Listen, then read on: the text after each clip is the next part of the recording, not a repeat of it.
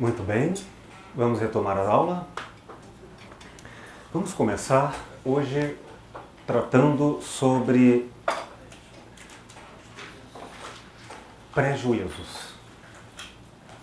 Tópico 5 da estrutura de pensamento, na leitura em filosofia clínica como uma das janelas do ser para o mundo.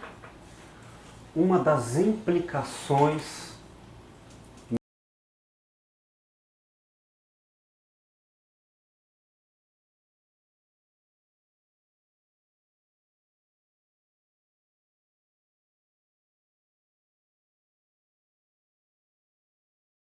claro que apenas em uma apresentação de um tema complexo.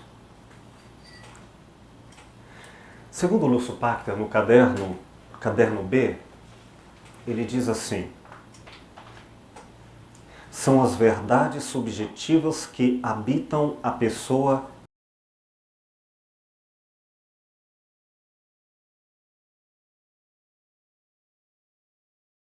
que lidar de alguma forma com as verdades subjetivas que já fazem parte de mim.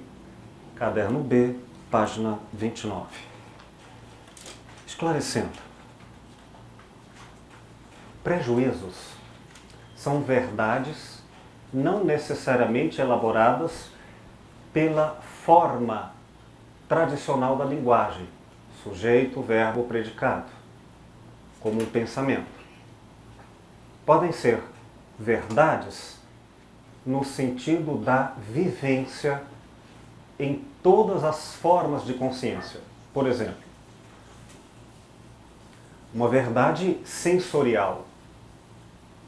Uma pessoa que tenha apanhado muito durante um tempo na infância e a aproximação de uma pessoa que reivindique na memória as lembranças daquelas suas que se tornaram habituais, ela já antecipe como uma verdade prévia o medo e as reações físicas da surra. Neste caso, não porque pensou, mas sensorialmente atualizou essa memória como uma verdade previamente agendada. Pré-julgamento, nesse sentido, é toda a informação que permanece viva, atuante dentro da pessoa. Mas também pode significar quaisquer verdades, como sentidos explicativos de mundo. Como, por exemplo, o casamento é para sempre. E isso não como um raciocínio, como uma verdade que foi aceita em algum momento, hoje não é pensada conscientemente,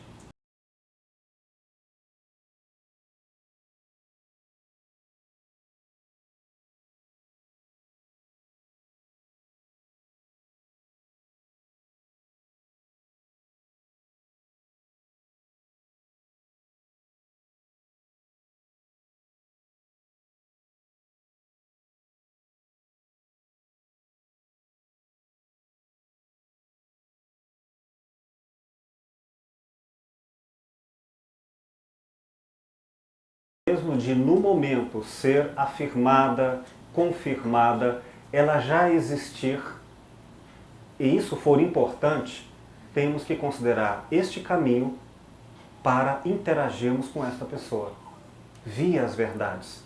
Elas podem ser respeitadas, podem ser confrontadas, podemos tentar modificá-las, elas podem não ser passíveis de modificação. Podem ser verdades no quesito vinculado em uma autogenia, portanto uma mescla de sentido de realidade entre o tópico 5, que aqui chamamos de prejuízos, com o tópico 4, emoções. Verdades pré-julgadas como certezas óbvias ou absolutas no nível das emoções.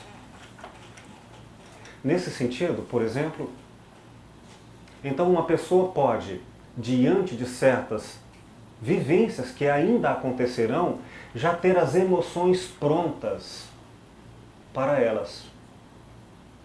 Isso não torna a experiência inautêntica nem falsa, mas torna o fato de ser verdadeiro, que é o prejuízo, o marcador de realidade para as emoções. Quem tem um prejuízo como determinante na sua historicidade, precisamos conhecer a historicidade de como isso aconteceu, como isso se revelou para cuidarmos da pessoa em consideração com este lugar.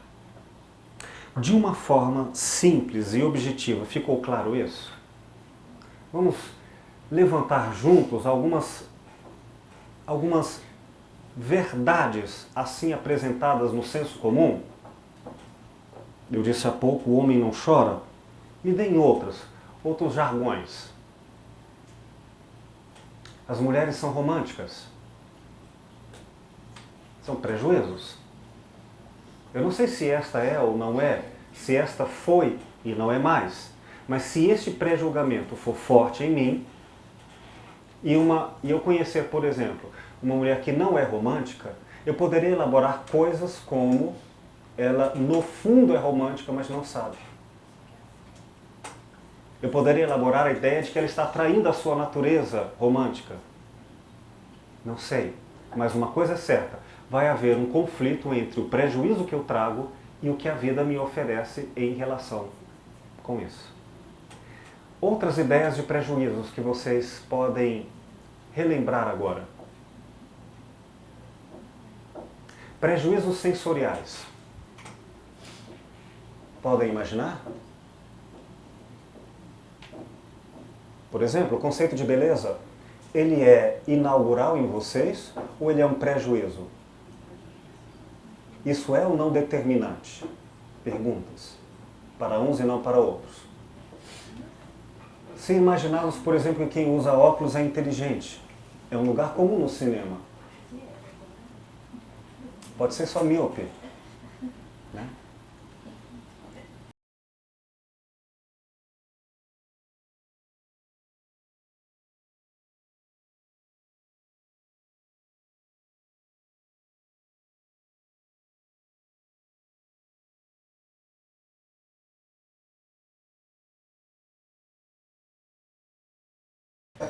Estatutária em sociedade como a dona da casa, e sim só a empregada, como uma boa cozinheira porque lida com questões práticas e não questões intelectuais. E ser gordo, ser feio. E lembrando que em outros tempos a gordura, em outros lugares, significaria a opulência, a beleza, elementos opostos. E de repente mudam-se configurações nas nossas bases categoriais, tempo, lugar, circunstâncias, e o cozinheiro agora é o lugar do homem, em que a mulher pode até ocupar, mas o primeiro lugar é como se o homem sempre fosse da sua natureza o cozinheiro. E o nome disso é chefe.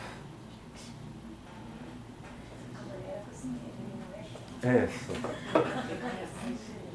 Enfim, o fato é importante observar que o que caracteriza pré-julgamento é um estado de força convicta e ausência de conhecimento. Olha só. Força convicta de verdade e ausência de conhecimento. Eu só sei que é assim.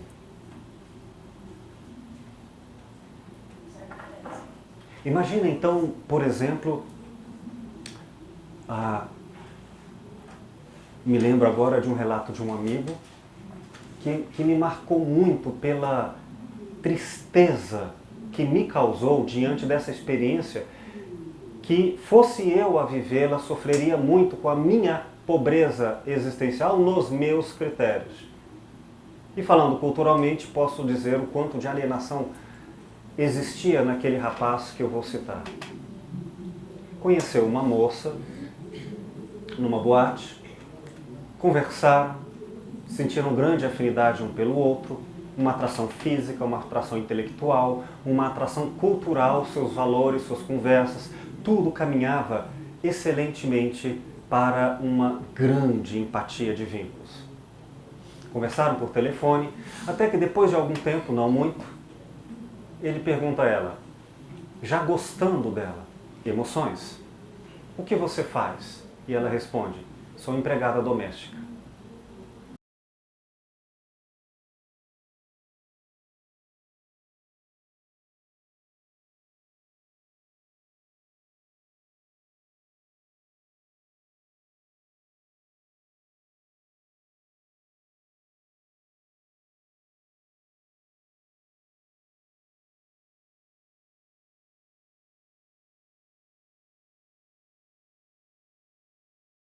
Ele é forte? Temos que trabalhar com isso. Perguntas? A ideia clara que vamos observar em clínica diante do outro para aprender na historicidade esse viés ficou claro? Ficou claro também que por ser um pré-julgamento, não é fácil de a pessoa saber que tem esse pré-julgamento? Ela pode não saber porque é uma verdade tão anterior à justificativa que ela atua sem que dê notícias. E a pessoa só descubra, muitas vezes, tarde demais.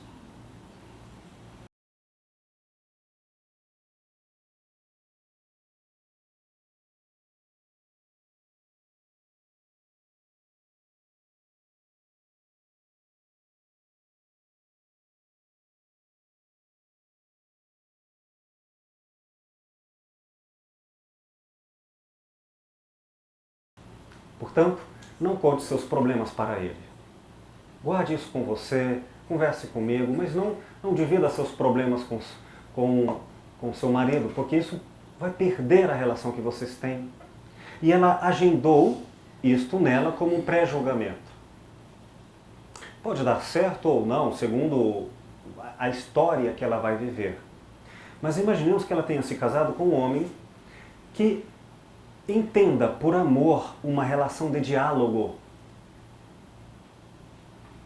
e que ele não tenha dela uma troca das dificuldades íntimas que ela sofre na vida. E ela só conversa instrumentalmente questões práticas de dificuldades, mas não intimamente, porque se ela o fizesse, poderia perder o amor dele para com ela, que ela tanto ama. Um problema, não é? E vamos dizer que então ela entendeu que a única forma de ela contar suas dificuldades íntimas seja com outra pessoa. E aí, um dia, ele chega em casa e eu lembro de essa história, essa piada, ou esse exemplo comum, o Lúcio nos contou usando o nome Janjão. Um dia ela chega em casa e está conversando com o Janjão. Janjão é o açougueiro, o homem forte. E ela está chorando, contando intimidades para o Janjão. E ele diz, você me traiu. Comigo você não fala essas coisas, mas fala para um estranho. Mas no modo da estrutura de pensamento, como a malha intelectiva dela deu sentido à realidade, era assim a maneira de não trair o marido. E para ele a traição se daria muito mais pelas emoções do que pela sexualidade. Talvez um passivo de perdão e o outro não, porque passivo de intimidade, ou o inverso de papéis, seja como for, nós temos aí um problema. Coisas assim acontecem muitas e muitas vezes. Parte desse agendamento pode ser uma inserção impactante, um trauma, se não for assim, você sofrerá. Vindo da cultura, vindo dos pais, vindo de uma educação. Mas outra pode ser por hábito. Pela repetição, aquilo vai se tornando uma verdade sem que ela se dê conta. Um exemplo simples. Motor. Você atende o telefone e fala a repetição da forma como atenderia na empresa. Aquilo já se tornou uma verdade automatizada e que, no comportamento, gera consequências. Então vamos imaginar se, por acaso, confundimos nomes no tratamento com pessoas, por automatismo, ou que Não sei se já conheceram alguém que disseram coisas semelhantes. Algo como: Roberto não presta. O sujeito se chama Roberto, pode ter certeza que ele não presta. Já viram isso? Tornou isso como uma verdade. Aí o fulano chama-se, mas eu me chamo Marcos. Mas o tataravô dele se chamava Roberto. Eis a explicação que geneticamente está ali. Mas ele tem cara de Roberto.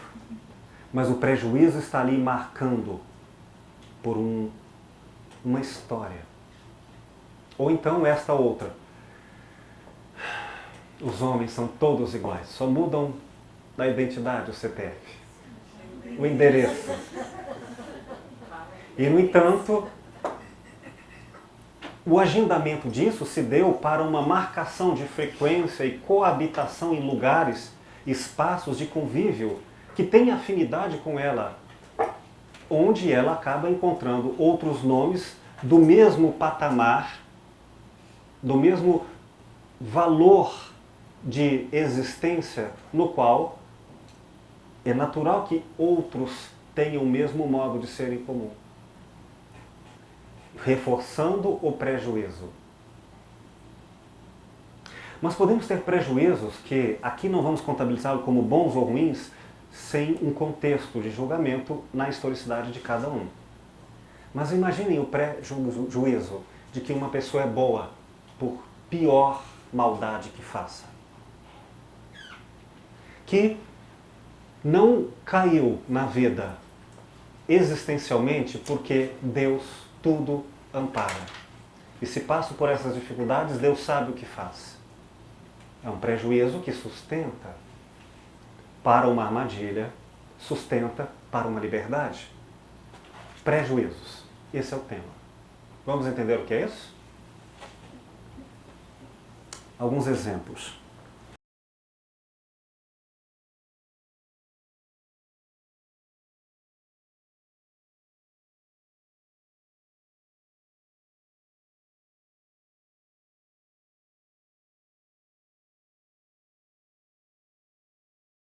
Eu escuto o silêncio, uma garota que atendi, 24 anos, mais ou menos. Laura, perdão. Nina é deste outro belíssimo livro, Compêndio de Filosofia Clínica, Caso Nina, das queridas Margarida Michele e Niederauer. O caso Nina deste livro, A Escuta e o Silêncio, o caso Laura, da Escuta e o Silêncio, como disse a vocês, ela creu no agendamento que a mãe fez, que ela iria matar o pai de desgosto, diante de uma cirrose alcoólica que ele teve, que o levou à morte no hospital, e que antes, por brigas que tiveram, ela, se sentindo justa e correta, não pediu perdão a ele num momento em que a mãe disse esta frase. E o pai morreu, e ela associou a morte do pai ao assassinato por um valor de ela não ter pedido perdão. Eu matei meu pai de desgosto. Mas não adiantava explicar que racionalmente, pela estrutura de raciocínio, ela não matou o pai.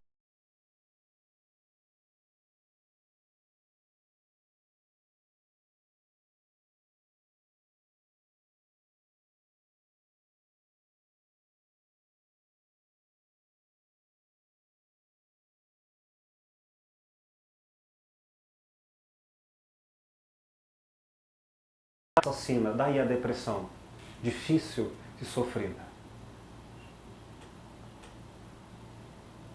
Bom, nesse sentido, que eu procuro apresentar os tópicos da estrutura de pensamento por casos e citações da clínica que tivemos, eu cito aqui, quando eu disse a ela: Laura, olha, eu descobri que todo mundo um dia aprende. É preciso dar um tempo de vez em quando, em qualquer tipo de relacionamento. É para saudade e valorizar o convívio de novo, senão ninguém aguenta. Até Jesus, de vez em quando, deixava os discípulos sozinhos. Depois se encontravam de novo, e eu acho isso corretíssimo. Aqui, eu estava usando um submodo, no qual fazia sentido dentro da historicidade dela, usando elementos religiosos, no qual ela precisava entender que o acerto não era instantâneo, mas vinha também com um erro e, portanto, com um tempo de errar e aprender. Um tempo de deixar só e ficar junto. Porque ela creu que se ela matou o pai de desgosto e agora, convivendo com a mãe, entendi na historicidade dela, reforçava a culpa quanto mais próximo da mãe, mais o reforço que dela veio, o agendamento de que ela matou o pai, eu precisava afastá-la da mãe. Mas se ela se afastasse da mãe para diminuir a ênfase da atualização do pré-julgamento, ela teria o reforço do pré-julgamento. Olha que coisa difícil. Porque se eu matei meu pai de desgosto e agora eu deixo a minha mãe, eu vou matá-la também. Então, quanto mais próxima, mais reforçado o prejuízo. Quanto mais distante, mais reforçado. Então eu elaborei um jogo de tempo no qual ela não estaria longe, mas não estaria perto. Uma espécie de, um tempo de ir e voltar. Um fim de semana na casa da avó, com quem ela conseguia aliviar-se desses prejuízos e alimentar-se existencialmente de conteúdos existenciais que redefiniriam o conceito de identidade dela.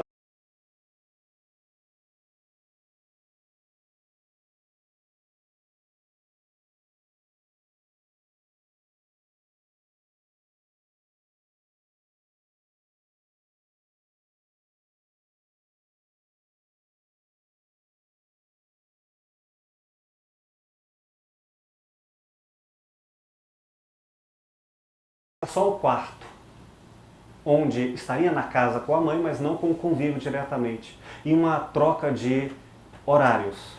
A mãe durante o dia, já que ela, pela depressão, não trabalhava, mas estudava, à noite, não frequentando com a mãe, na mesma casa.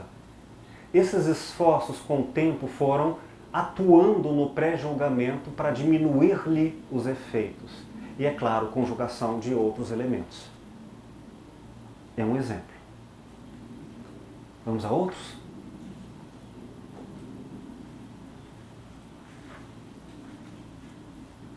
Eis aqui uma citação literal do caso Nina.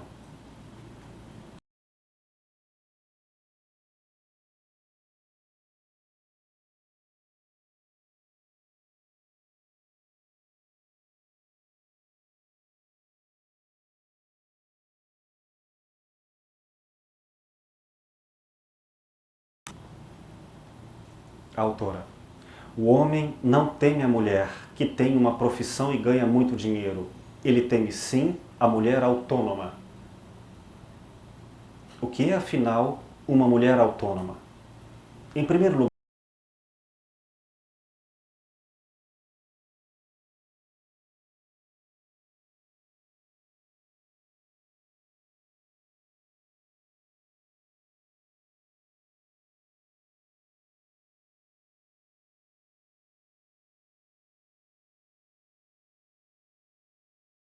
pela profissão que ganha muito dinheiro. Isso é verdade? E se eu tiver um prejuízo tão amplo que não dê conta da escuta individual? Eu terei uma teoria alienada. Bom, eu queria, passadas essas questões iniciais, apresentar com vocês uma leitura comentada de um pequeno trecho desta obra e partir para as discussões, exemplos e dúvidas de vocês. Este aqui é um livro que ajudou a fundamentação da filosofia clínica, chamado Verdade e Método. Traços fundamentais de uma hermenêutica filosófica, de Hans-Georg Gadamer, da editora Vozes.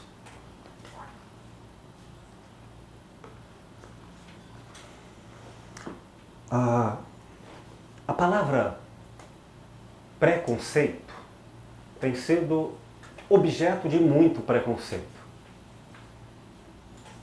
A palavra preconceito tem, pelo senso comum, sido compreendida como algo ruim. Ah, você tem preconceitos. Você é preconceituoso. Gadamer, substituindo a palavra preconceito por pré-juízo, pré-julgamento, verdades prévias, vai nos colocar que pré-juízo não é necessariamente algo ruim. Prejuízo é a força de interpretação que já está viva e que não foi por mim elaborada. Querem um exemplo? De grandes pré-juízos, compreensão de realidade que todos nós temos e que não fomos nós que elaboramos, mas são bases de quem nós somos, a língua que falamos. Nós pensamos à maneira da língua à época em que vivemos. Pensamos com prejuízos. Não nos damos conta de que grande parte de tudo que nós elaboramos como nosso só é possível por pré-conceito. Então, pré-julgamento é sinônimo de história.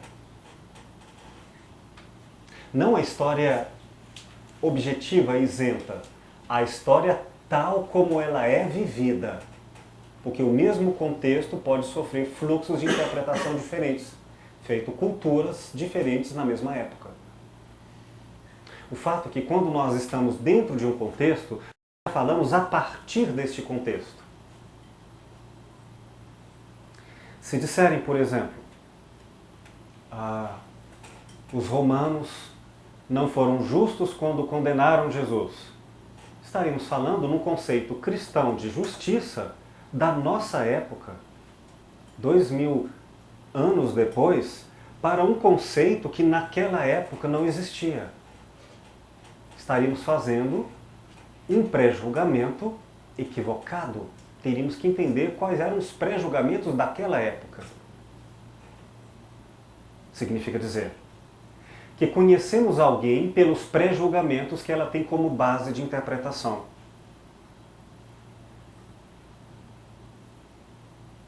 Uma pessoa está sempre em contexto. Está sempre mergulhada em um universo de pré-julgamentos que independem dela e que a atravessam.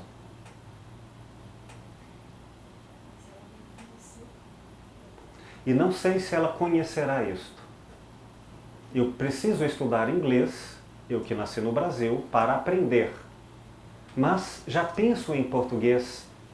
Posso estudar ou não o português, mas já penso a maneira de por pré-julgamento, pré-sintaxe. Vamos ler e comentar alguns trechos. Aqui eu,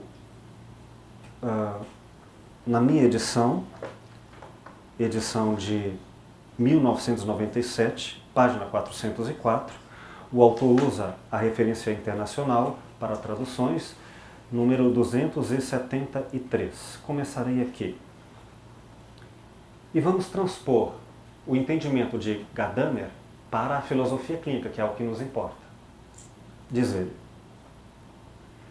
quando se ouve alguém, ou quando se empreende uma leitura, não é necessário que se esqueçam todas as opiniões prévias sobre seu conteúdo e todas as opiniões próprias.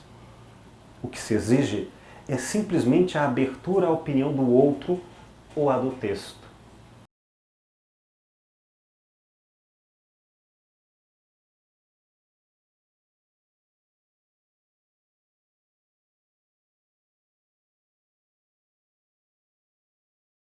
Relação com elas.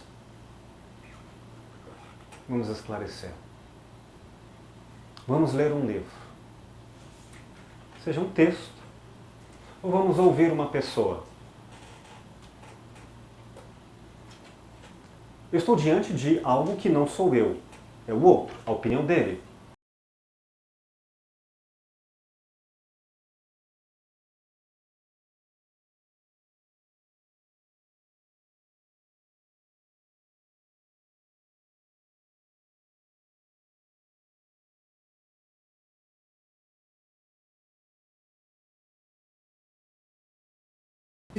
com o que eu tenho como verdade. Então eu direi, em relação ao que eu penso, sinto e vivo, é isto e aquilo. Não é assim? O que aconteceria se eu, vou usar um neologismo, desexistisse ao ler um texto? Não haveria o eu seria o texto. Aí é alienação. Eu posso fazer isso? É possível fazer-se isso?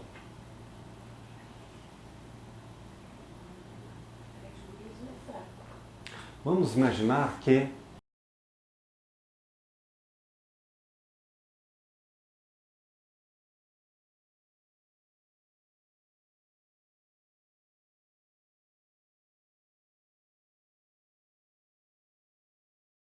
penso à maneira do outro, não penso por mim. E enquanto o outro está presente e atuando a sua força e a minha ausência ou destituição da própria forma de pensar, eu entendo porque estou pensando à maneira dele. Eu não sou eu sou ele. Eu sou o reflexo do outro. Em sala de aula isso é muito comum, viu? Enquanto o professor fala, eu entendo. Quando o professor vai embora, eu não entendo. Faz sentido quando eu sou ele. O mesmo acontece com filmes.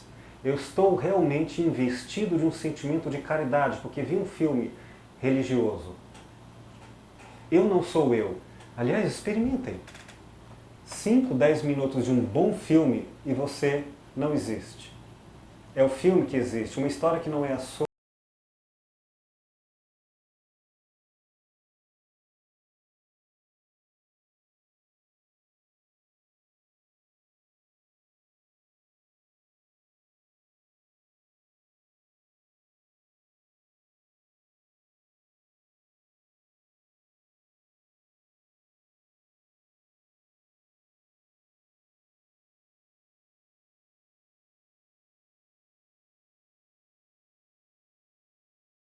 Foi um casamento. Uma boa sincronia entre o que foi mostrado lá e o que houve dentro de mim, que me fez abandonar uma espécie de autonomia de interpretação, mas houve sim uma conversação. Sabe o que seria de fato? Um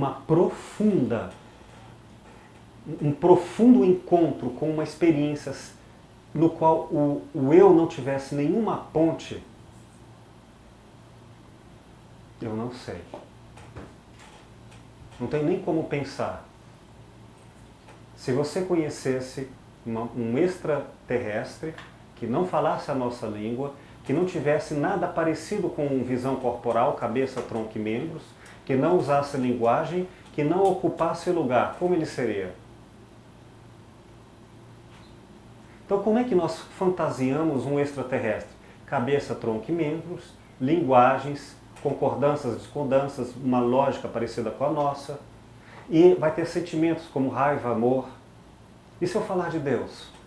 Eu vou humanizá-lo para fazer pontes com o que eu já tenho previamente como verdade. Entenderam? Portanto, como se dá, tragamos para a clínica filosófica, como se deve dar a ida ao mundo do outro? Com grande conhecimento de dois universos antes do outro chegar. Para que eu faça uma boa comparação, uma boa ponte. Número 1, eu tenho que conhecer as bases categoriais, o mundo comum entre nós. Tempo, lugar, relações, assunto, circunstâncias. Entende? Se alguém for me falar assim, o casamento não vai bem. Você entende que o que a pessoa quis dizer por casamento? Por não vai bem? Ou não entende absolutamente nada? Faz algum sentido? Porque na sua época já tem previamente como verdade algo parecido. Se eu entender então o mundo em comum previamente, eu poderei fazer mais comparações. Imagine se a pessoa vem do Nordeste, numa cultura diferente da que eu tenho aqui no Centro-Oeste. Usa um contexto, uma linguagem, como por exemplo, pegar ônibus com roupas de banho.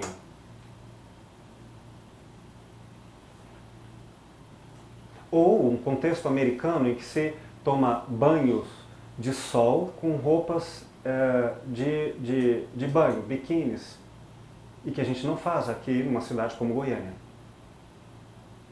Quando você entende o contexto daqueles lugares que criam uma cultura, você pode fazer pontes de entendimento, não pode?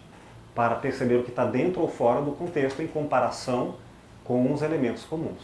Então eu tenho que conhecer o universo comum entre nós, primeira tarefa. Eu tenho que ter erudição cultural, econômica. E se eu não tiver, tenho que buscá-la. A pessoa me fala, por exemplo, do candomblé. E usa termos, rituais que eu não entendo o que quer dizer dentro do meu ideário religioso. Então eu tenho que fazer uma pesquisa dos pré-julgamentos de base cultural para eu entender, quando ela usar um termo, o que isso significa. Que não é ela que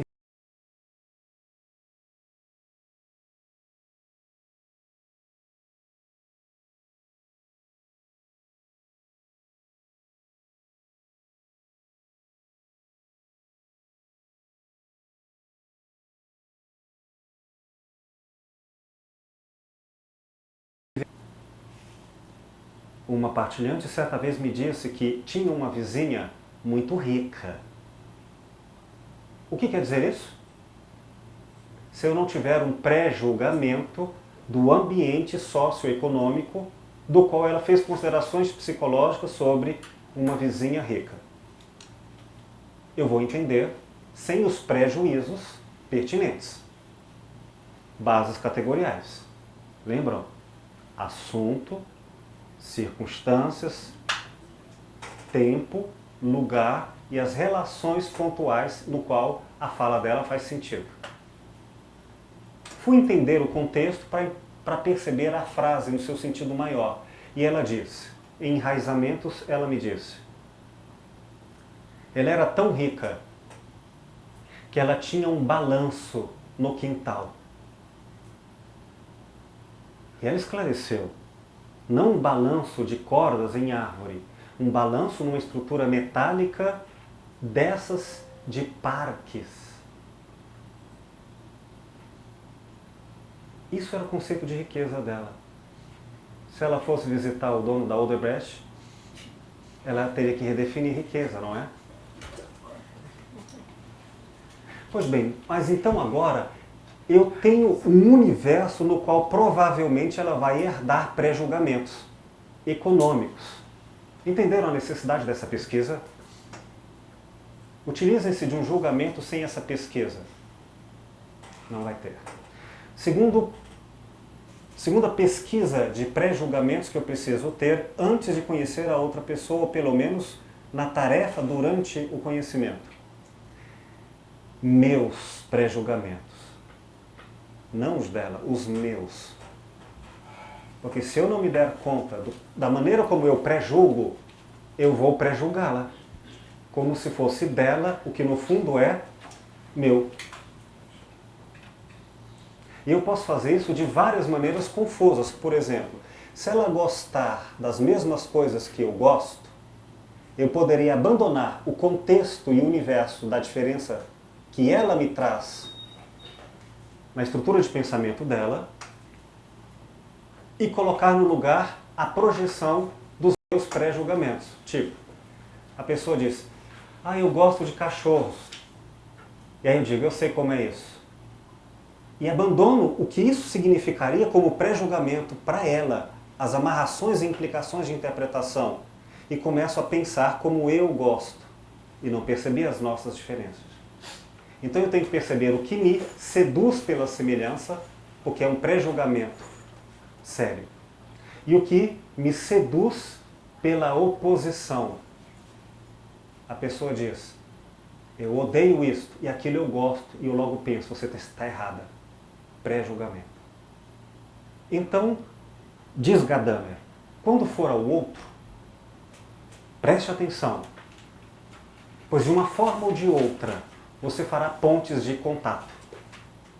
E a maior parte dessas fontes de contato, de aproximação por semelhança ou discordância, significações em rede, são previamente já assentadas em você que ouve e no mundo em que estamos vivendo. Está claro, gente?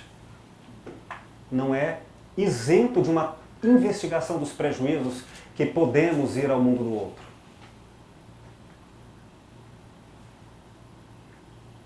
Podem imaginar, por exemplo, uma pessoa que aos 50 anos relembra uma coisa que fez, segundo ela hoje entende de errado, aos 15 anos? Será que os pré-julgamentos dos 15 anos permanecem os mesmos até hoje?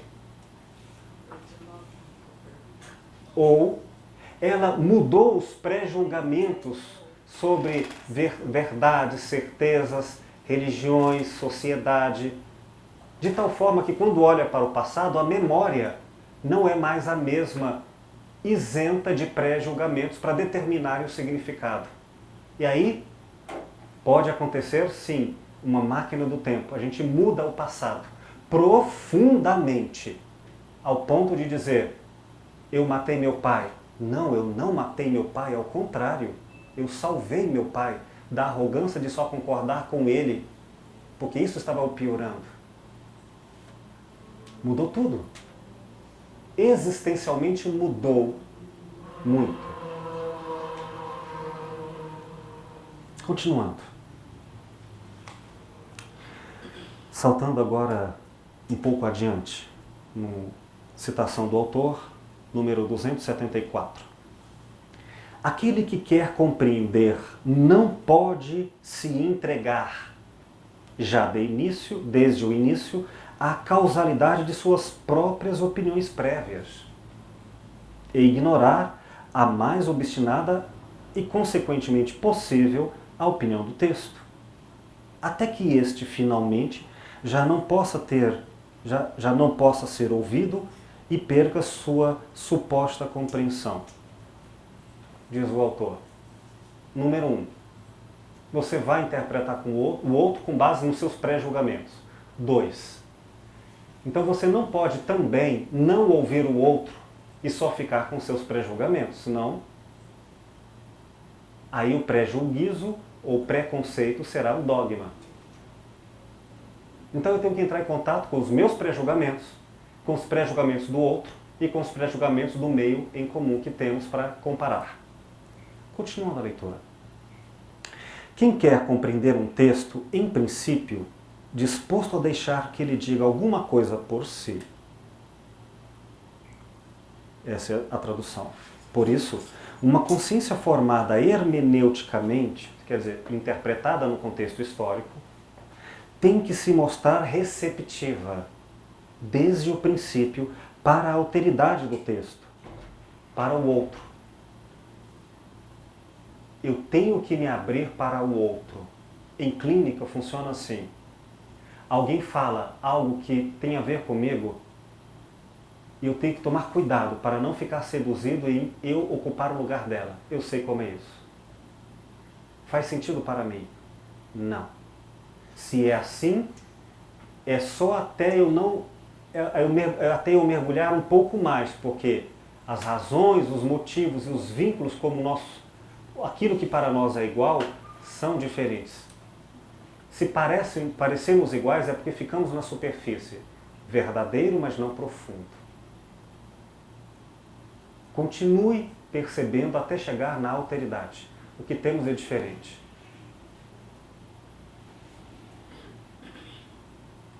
Não caia nos jogos de sedução dizendo aquilo que a outra pessoa quer ouvir para lhe dizer como você é inteligente, como você é bonito, você me entende.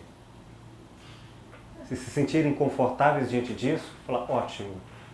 Supondo que isso seja verdade, na sinceridade de quem julga, o que temos de diferente nessa interpretação? Faça um teste. Você gostou do filme? Gostei.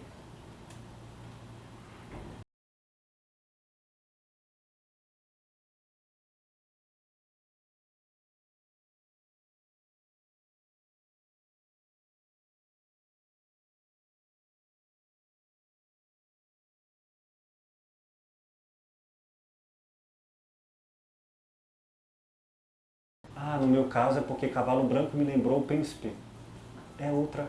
Aí as semelhanças vão encontrando as diferenças. Então temos que ser receptivos.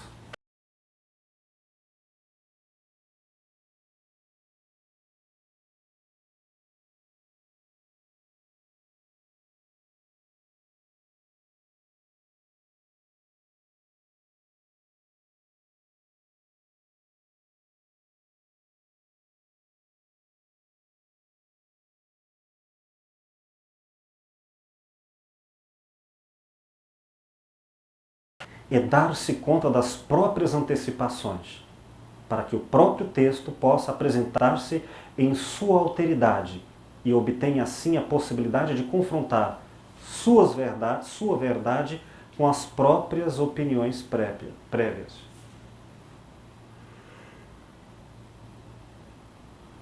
Portanto, sempre que forem ao outro, o outro defronte você, o outro defronte o espelho. Sempre que for buscar conhecimento, não acredite em neutralidade.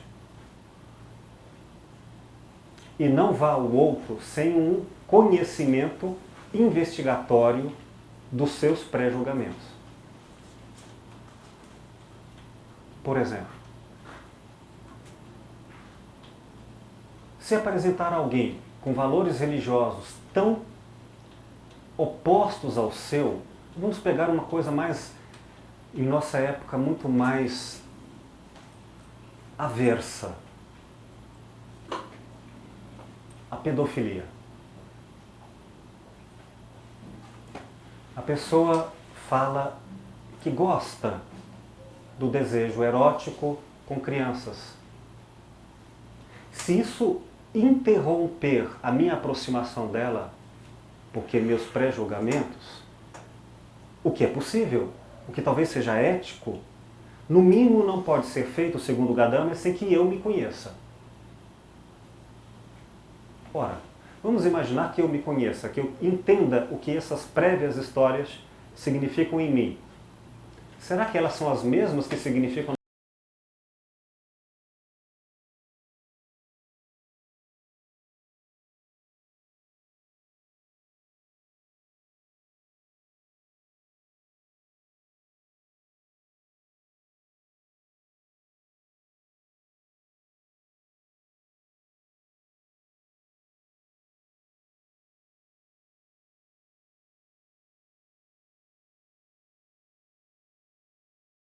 de me afastar dele? Talvez eu não conhecesse de fato quem sou eu, em que eu estou previamente assentado. É como alguém que diante de outra religião e está tão seguro, porque bem enraizado nas suas próprias vivências, que não teme o outro. Ora, o outro não vai mudar provavelmente a minha convicção religiosa, porque eu estou muito assentado e crente dela. A fé é um prejuízo, nesse sentido, como uma verdade, não como um silêncio, mas como uma afirmação. Deus existe, isso e aquilo. Qual o problema se eu entendo os meus prejuízos, que não são por argumentos, são por verdades prévias?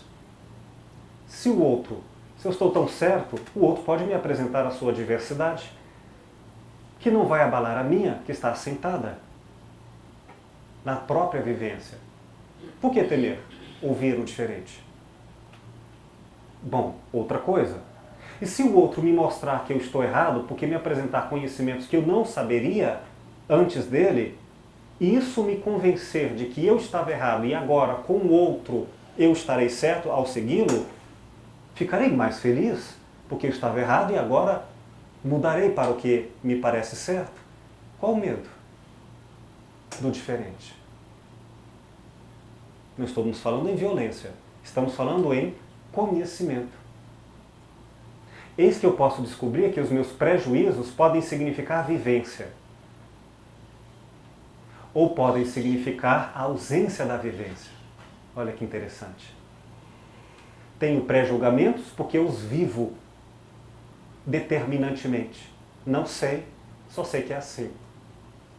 Tenho pré-julgamentos que são fortes justamente porque nunca foram vividos. E a diferença pode me mostrar que eu nunca fui de fato quem pensava cria ser. Interessante isso, né? Certa vez fui a uma cabeleireira. Estavam duas moças conversando uma com a outra.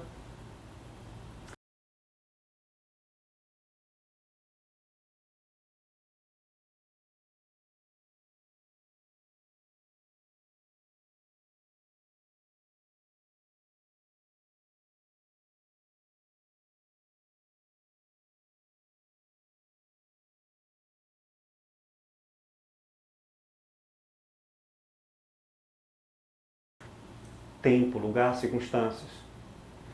Ter uma filha praticamente da mesma idade, que vamos colocar aí, foi o que aconteceu quando eu perguntei. Ela foi mãe aos 13 anos.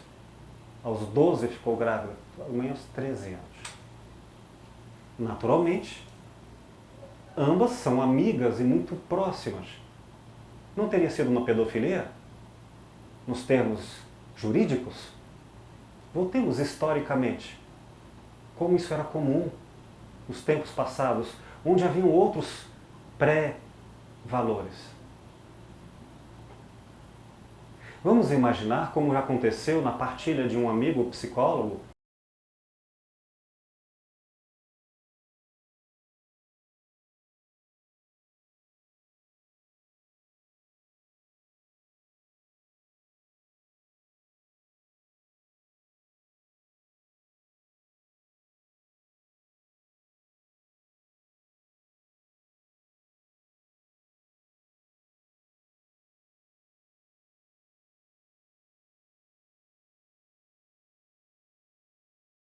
Sem chegada à capital, que aquilo era errado, crime ou coisa parecida.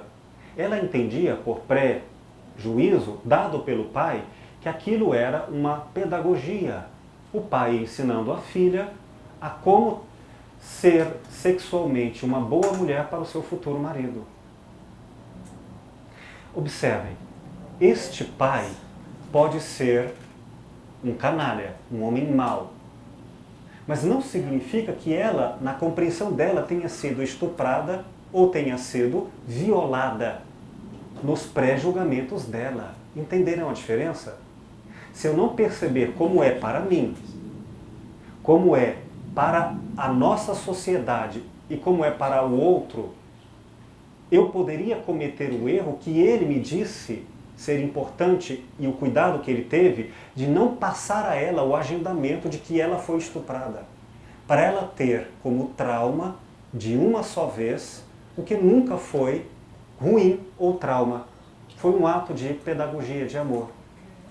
E então, posto que, além das considerações dela como estrutura de pensamento, conviver em sociedade com esta informação que em algum momento se tornará um grande problema, imagine se uma coisa dessa se torna mídia, uma instrumentação midiática, sem completo desrespeito às intimidades, ela pode sofrer os horrores que nunca sofreu na sua interpretação do pai e passar a sofrer em nome das pessoas que julgam-se boas em nome da justiça e do bem.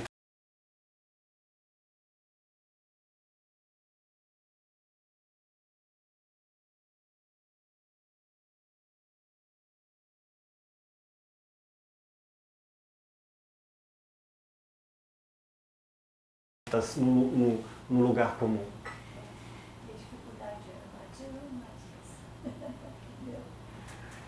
Queridos, esse é um exemplo no qual ele teve o cuidado de fazer a transmigração de como ela pensava para como ela poderia reelaborar esses valores cientes do que ela enfrentaria em sociedade.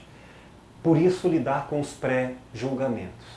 Mas atenção, em filosofia clínica, este tópico, essa perspectivação com que interpretamos, não significa ser relevante, viu?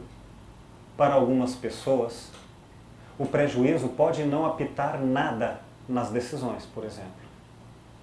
Um exemplo.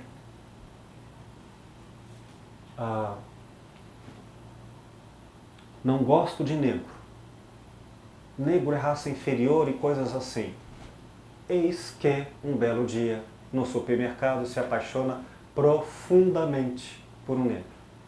Uma paixão que vai das emoções, vai para o sensorial. E aí, o prejuízo não apita nada. O que determina pode ser o sensorial. E olha que ela pode permanecer. Eu sei que negro não presta, mas eu amo. Olha que interessante. Ele permanece, mas sem força existencial. Ou pode desaparecer.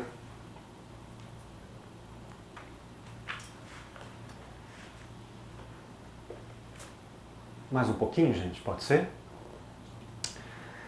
Gadamer, agora em outro parágrafo, um parágrafo após. Portanto, não se trata de modo algum de assegurar-se a si mesmo contra a tradição que faz ouvir sua voz, a partir do texto. Mas, pelo contrário, de manter afastado tudo o que possa impedir alguém de compreendê-la a partir da própria coisa. São os preconceitos não percebidos os que, com seu domínio, nos tornam surdos para a coisa de que nos fala a tradição. O problema não está em ter pré-julgamentos, está em não conhecer os seus pré-julgamentos. O problema não é estudar a história, mas não perceber que a história tem um contexto anterior. O problema não é você matou, você não matou. É como pegar a tradição judaica, o mandamento mosaico, não matarás, sem o contexto de interpretação do judaísmo.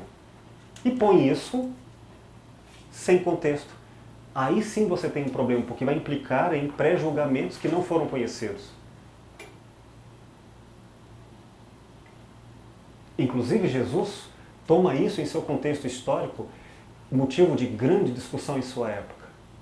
Ele não apresenta uma verdade nova que não já tinha na tradição judaica. Desde Deuteronômio, quando alguns judeus, muito poucos, traziam um sentido amplo de amor ao próximo, que incluía como próximo qualquer um, os gentios, os não-judeus. Todos, mas muitos judeus, dentro da tradição da Torá, da interpretação oral, entendiam, não, o próximo é apenas aquele da minha tribo, da tribo de Judá. E os hebreus não. Estes não são próximos, são inimigos. E os que não são nem hebreus, de jeito nenhum. Mas havia isso desde da tradição de Gamaliel, de Hilel, todos esses já entendiam a ideia do que significa próximo, como toda a humanidade. Quando Jesus apresenta, vamos recuperar o sentido original, alguns judeus não conheciam da própria tradição, ou conheciam e negavam. Enfim, a parábola, por exemplo, o bom samaritano mostra isso com uma beleza de pré-julgamentos incrível histórica. Uma citação muito rápida. De onde Jesus estava na narrativa para Jerusalém, da Páscoa, a última em que ele faz até a crucificação, historicamente, geograficamente,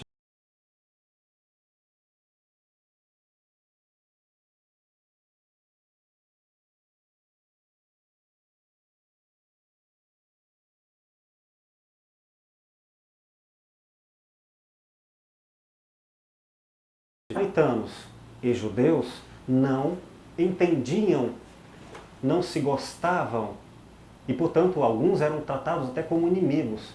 Percorrer esse caminho era percorrer o caminho na época do qual a afirmação religiosa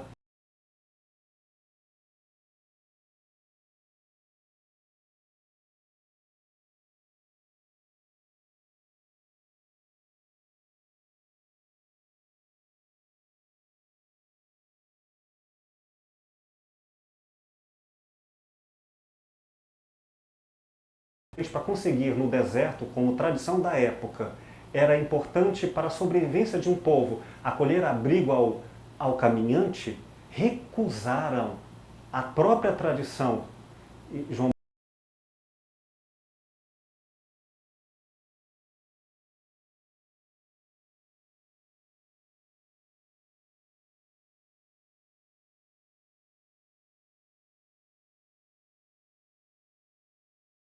os mandamentos a Deus. Bom, Jesus ri daquela história, eles imaginam, vem aqui para ajudar. Quando chega em Jerusalém, depois de ter passado horas com fome, com sede, com as pedras, não é um deserto de areia lá, havia um deserto de pedras. Cansado, acham que ele recebe abrigo, não foi atendido pelos samaritanos, pelos pré-julgamentos. Quando chega em Jerusalém, a primeira coisa que ele tem foi um doutor da lei que vai lhe fazer perguntas que tinham poder jurídico de decisão. Uma resposta errada num país teocrático, numa nação em que os valores jurídicos eram valores religiosos, não souber a resposta ou responder errado implicaria na morte. E pergunta a ele, qual é a lei mais importante? Qual é a pergunta específica, Padre Cadu? Lembra-se? O que devo fazer para ganhar a vida eterna? O que devo fazer para ganhar a vida eterna? Imagina uma resposta errada. Ora, a pergunta, Jesus responde à maneira como era própria da cultura antiga entre os sábios, aí Sócrates também usava isso, como Sócrates a maiêutica. Devolve a resposta em forma de pergunta. O que diz a lei? Pré-julgamento. O que diz a própria tradição do qual você está me julgando. Olha o que ele está fazendo, não é o que Gadame nos recomenda fazer? O que em filosofia clínica nos diz? Vamos entender a própria historicidade de cada pessoa para saber como ela a interpreta? Se você vai julgar como judeu, quais são os prejuízos do judaísmo? Se eu vou julgar uma pessoa, eu não tenho que antes entender a historicidade dela para entendê-la no contexto e nos pré-julgamentos dela? E saber quais são os pré-julgamentos importantes? Pois bem, a resposta que deu o juiz doutor da lei foi... Qual foi? Amar a Deus sobre todas as coisas e ao próximo como a si mesmo. Ou seja, como se Jesus o forçasse a dizer, vá atrás dos seus próprios pré-julgamentos. Conta uma história para traduzir aquilo que ele recusava lembrar como verdades da própria tradição e devolve depois da história a pergunta de novo.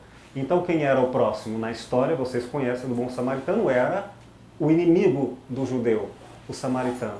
Só que ele não responde nem a palavra, é o samaritano. De tanta aversão que tinha, ele diz, era o outro, era o que não era.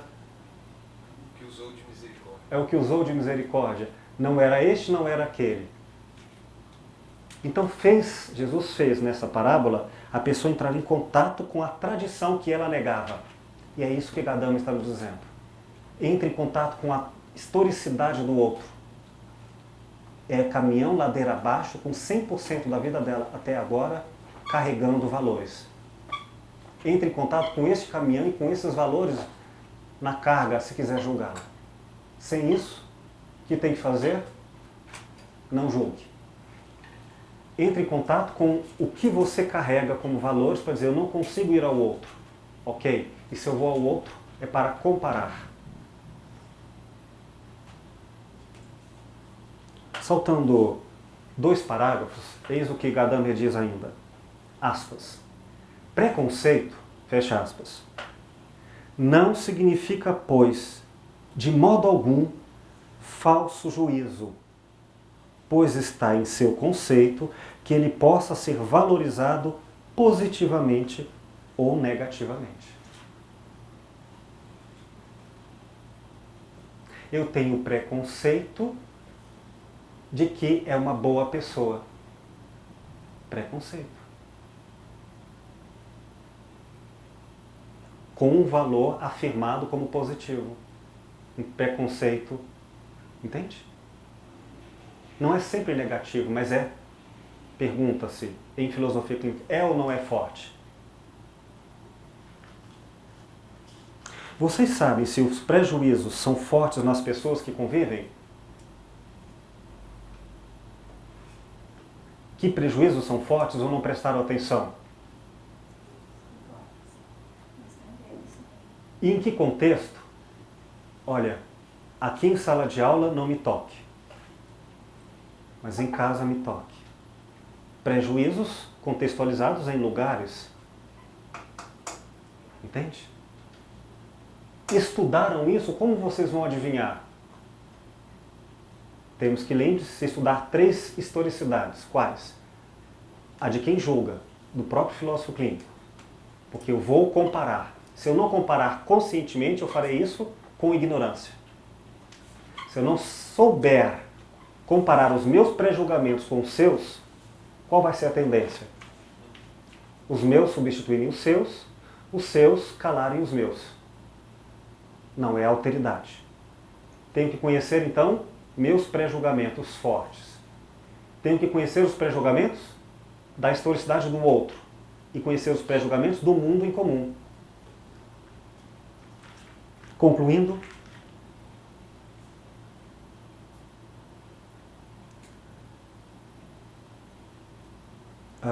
número 200, do 281 para 282, terminando este item do texto, diz ele: na realidade, não é a história que pertence a nós, mas nós é que a ela pertencemos. Anotem isso. Não é a história que pertence a nós, mas nós é que a ela pertencemos.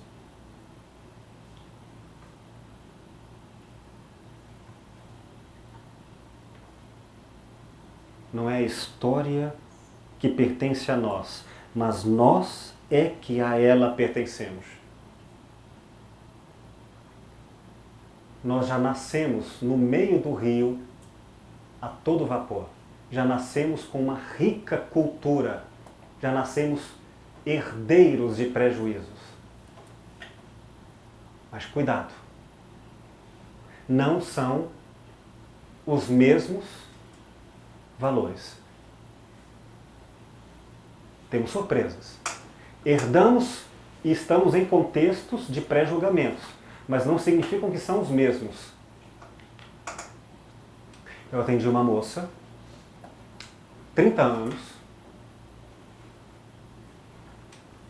nascida no interior de Goiás, veio para a capital para fazer faculdade, não conheceu na vida senão a própria cultura goiana, com quase nada de erudição da história mundial, e em um momento da vida dela, de repente, ela passou a, digo de repente, quando ela teve acesso a livros, mas um modo de ser já estava lá, toda uma formação, uma cultura, um gosto, um jeito de ser que vinha da Rússia do século XIX.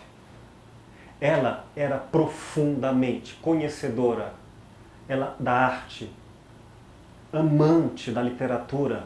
Ela se identificou com tal forma em que ela só era goiana porque o título jurídico é daqui. Mas ela era russa.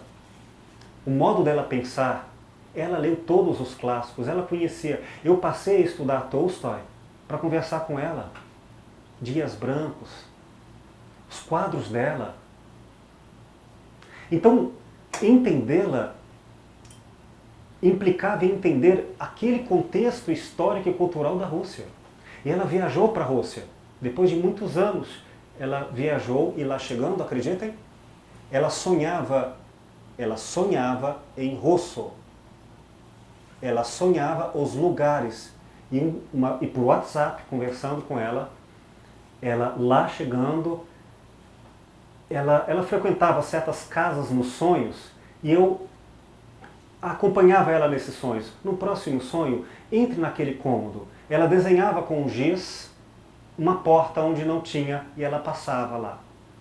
Acreditem vocês, eu estou dizendo que aconteceu comigo em clínica.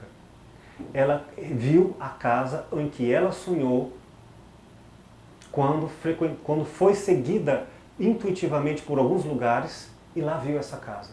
Ela não entrou, mas a mesma casa. O fato é que há pessoas que têm grandes heranças de pré-julgamento que não coincidem com as bases categoriais em comum. O que nós vamos fazer? Investigá-las. Tem pessoas que vivem no século passado, então é ali que nós vamos pesquisar as bases.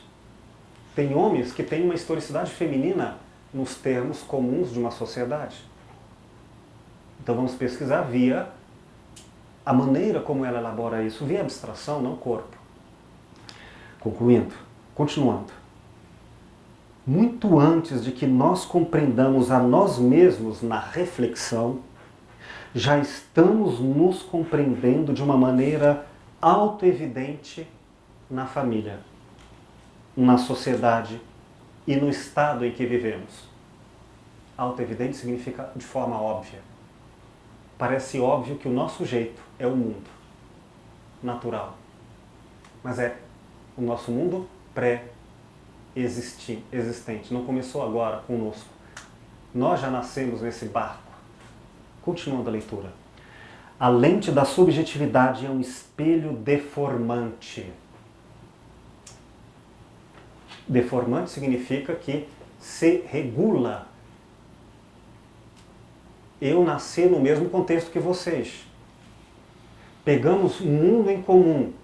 Mas aí o que eu faço? Eu deformo, eu altero, colocando o meu jeito de pré-julgar segundo o que temos em comum. Percebe? Aí vamos ter gostos diferentes de uma mesma base. Então, o seu pré-julgamento tende a ser o seu jeito de ver um pré-julgamento comum. Uma reinterpretação de uma base que é histórica. E agora eu vou me afastar de Gadamer, da hermenêutica dele, para falar em filosofia clínica. Pois pode acontecer que uma pessoa tenha como perspectiva de pré-julgamentos determinantes não a mesma base comum, como essa menina que tinha uma base de outra época em outro lugar. Ou uma pessoa que lê um romance, um texto bíblico, e que tem a ver com aquela época em seus valores e não com os atuais.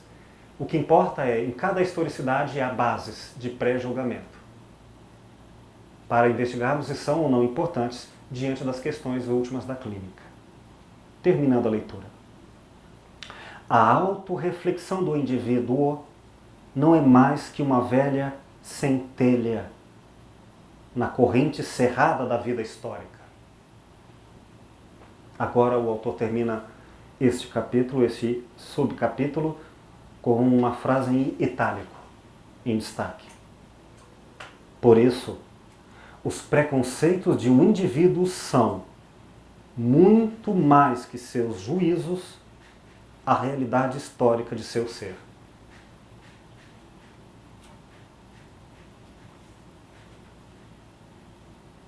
Então, quando alguém disser, você é um preconceituoso, diga, nossa, você me entende tão profundamente. A diferença é que eu estou procurando, sim, conhecer meus pré-julgamentos históricos, como meus pais me ensinaram, para eu até mudar ou não, conseguir ou não mudar, afirmá-los, mas agora com autonomia, em auto-reflexão das bases. E o outro pega uma verdade.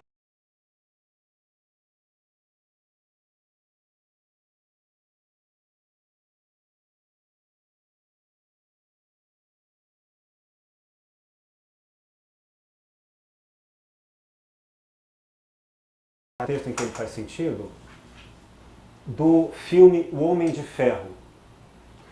O Homem de Ferro na primeira... no Homem de Ferro 1.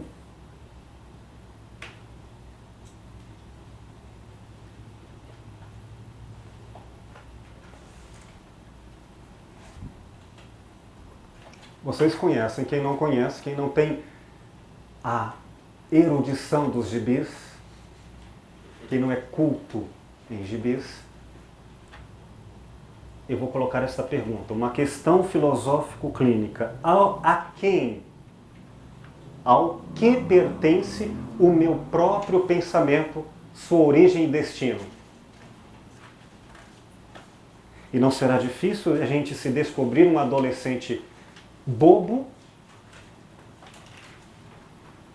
besta quadrado, quando diz essa frase, ninguém manda em mim, sem saber que todo o modo até de elaborar essa frase foi previamente já educado para que ele assim repita, alguns por alienação, outros por autonomia, mas a história é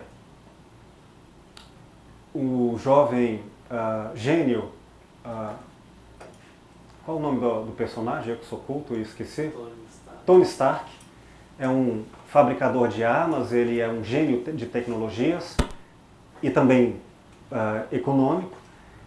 E ele é aprisionado entre aqueles para os quais vende armas, e aí tem conflitos entre o mundo americano e o mundo dos não americanos, terroristas, assim chamados. Ele é aprisionado e é forçado a fabricar uma arma para esses inimigos. Ele se recusa, acaba utilizando, desenvolve uma tecnologia com as sucatas das próprias armas que ele tem para fabricar.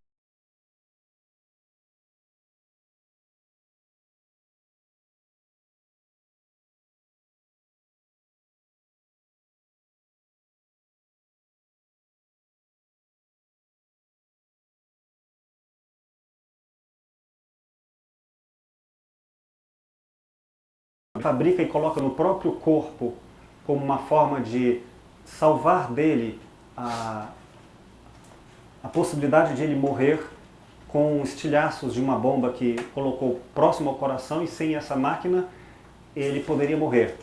Mas ele acaba fabricando de uma forma genial, com sucatas, uma tecnologia que pode revolucionar o mundo inteiro de produção de energia. E aí, claro, quando ele volta, ele revê seus pré-julgamentos. Ele percebe que a tecnologia dele, que era o lucro da vida histórica dele e da família, era para lucrar com a morte, agora ele não quer mais. E decide, surge a ideia do Homem de Ferro, usar essa tecnologia para a ideia do bem americano, que vai salvar o mundo, ao invés de agora fabricar armas para lucrar com a morte.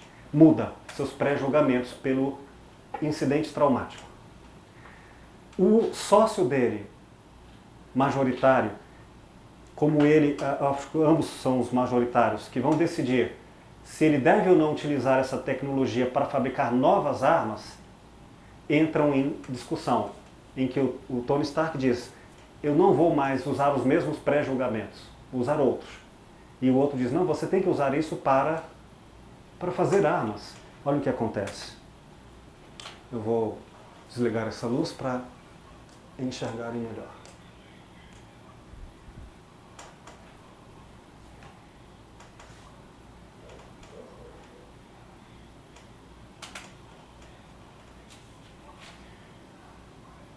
O Homem de Ferro de 2008. Esse é o sócio. Senhor Stern, nós analisamos o que o senhor pediu e parece uma pequena falha. Bom, na verdade, ativar o traje, senhor. Bom, a tecnologia não exige, então... Espera, a tecnologia? William, aqui está a tecnologia. Eu pedi simplesmente que fizesse menor. Tudo bem, senhor, é o que estamos tentando fazer, mas, sinceramente, é impossível. Tony Stark conseguiu construir isso numa caverna, usando sucata. Eu sinto muito. Eu não sou Tony Stark.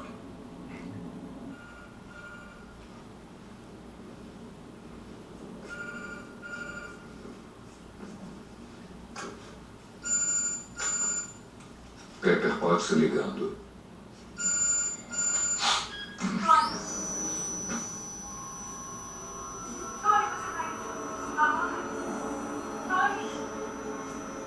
Respira. Calma, calma. Você se lembra dessa, não é? É uma pena que o governo não tenha aprovado. Há muitas aplicações para causar paralisia de curta duração. Tony.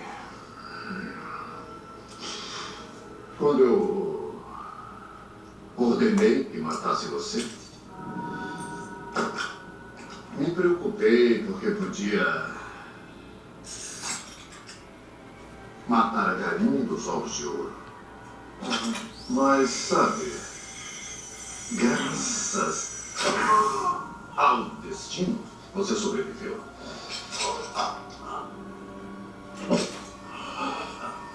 Você tinha que dar o último ovo de ouro. Você acha mesmo A que pergunta. só porque tem uma ideia, ela pertence a você? Essa é a pergunta. Seu pai, ele ajudou a nos dar a bomba atômica. Me diga como seria o mundo hoje se ele fosse tão egoísta como você.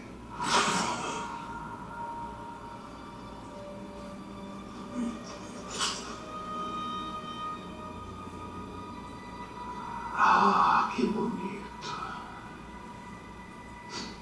Ah, Tony. Essa é a sua 9ª sinfonia. Ah, que obra-prima, olha só. É a sua herança. Uma nova geração de armas. Alimentadas por isso. Armas que ajudarão a colocar o mundo na direção certa.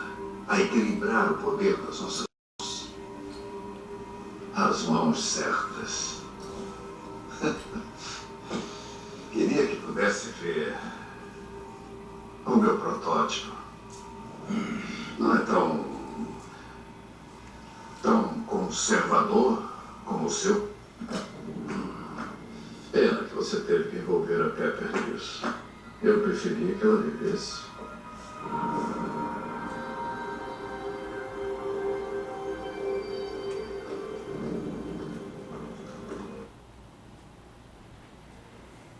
Eu concluo essa consideração inicial trazendo para vocês esta pergunta e trazendo-a para a clínica.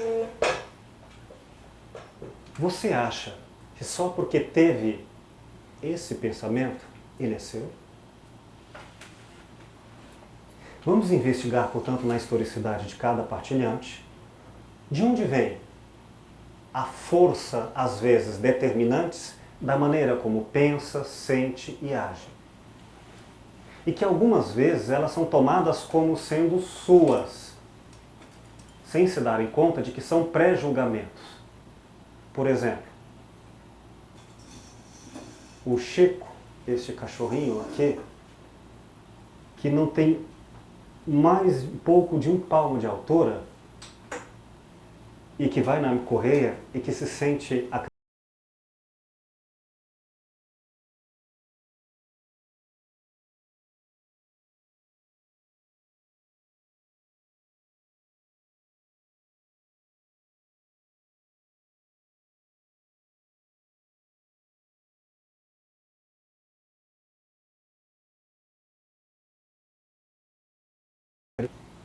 Será que ele não se dá conta de que ele não é tão forte, olha aí, ele falando, que ele não é tão forte quanto ele imagina?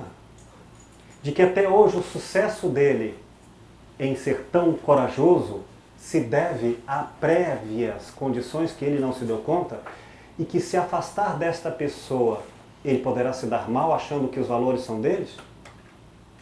Pois bem, e se ele entender isso agora com conhecimento terapêutico, ele não cuidará e valorizará a pessoa que lhe dá essas forças como pré-forças? Então, se fizermos isso com Quando um pré-julgamento é forte na malha intelectiva de uma pessoa e cuidarmos das fontes que mantêm vivas essas verdades pré-conceituadas,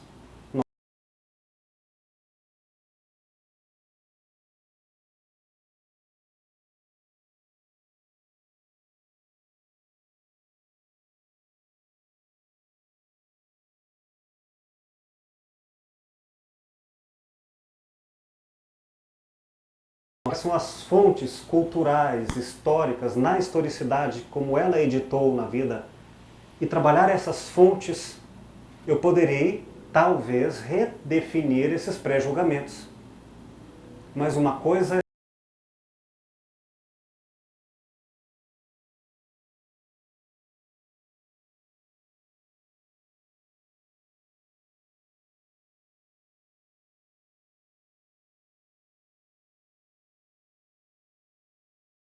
as heranças. Porque há pré-julgamentos que são do futuro. Há heranças que são do futuro.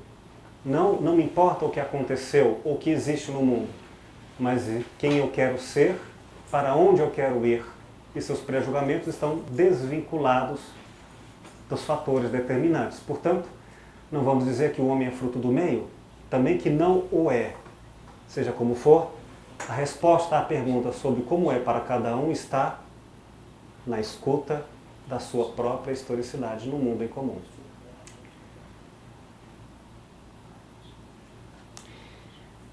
Questões? Perguntas? Sim, querido. Eu fiquei pensando assim porque um prejuízo também pode ser a forma de interpretação de uma pessoa a respeito de muitas coisas. Por exemplo, se o Chico pensasse assim, será que ele não pensa que a minha força não está no meu tamanho, mas na minha velocidade? Ótima observação. Então, o prejuízo, quando ele é uma interpretação a respeito de algo, ele pode assim, no sentido de ser bem positivo? Sim, como disse Gadamer, prejuízo, ou a palavra preconceito, não pode ser entendida como sempre algo de caráter negativo. Pode ser também positivo. E nós vamos balizar essa medida sempre no registro de 3 comparações. A historicidade do outro e como ela carrega essa força de herança nas suas interpretações. Quem julga, que também interfere e está em implicações para comparar, e a época e os lugares que também são necessários. Sempre a estrutura de pensamento de quem julga, a estrutura de pensamento de quem é conhecido ou julgado na sua historicidade e as bases categoriais em comparação. E aí tudo é realmente relativo e subjetivo. Você tem razão. Questões, queridos? Você falou uma frase que eu notei aqui: prejuízo é a força de interpretação que não foi elaborada. E Ok. tem um filme que eu gosto muito, que é Encantador de Cavalos. Ah, sim. E esse filme tem uma história, resumidamente, assim. É um cavalo que sofre um acidente, né? E a menina, que é dona dele, fica também, ela sofre um acidente junto, mas o cavalo, a possibilidade de ele viver é mínima, né? E aí ele vai ser sacrificado, porém encontra uma alternativa para recuperar a ação desse cavalo. E leva ele para esse encantador de cavalos, que é um lugar muito longe, dias e dias de viagem. E uma cena que me marcou demais, Sim. é um momento que ele está cuidando do cavalo, e esse cavalo, uma hora lá, ele corre pro campo e fica lá longe, não sei quem viu esse filme. E ele vai, e esse encantador de cavalos fica esperando, parado no lugar, e o cavalo vai aproximando dele, até chegar perto de novo.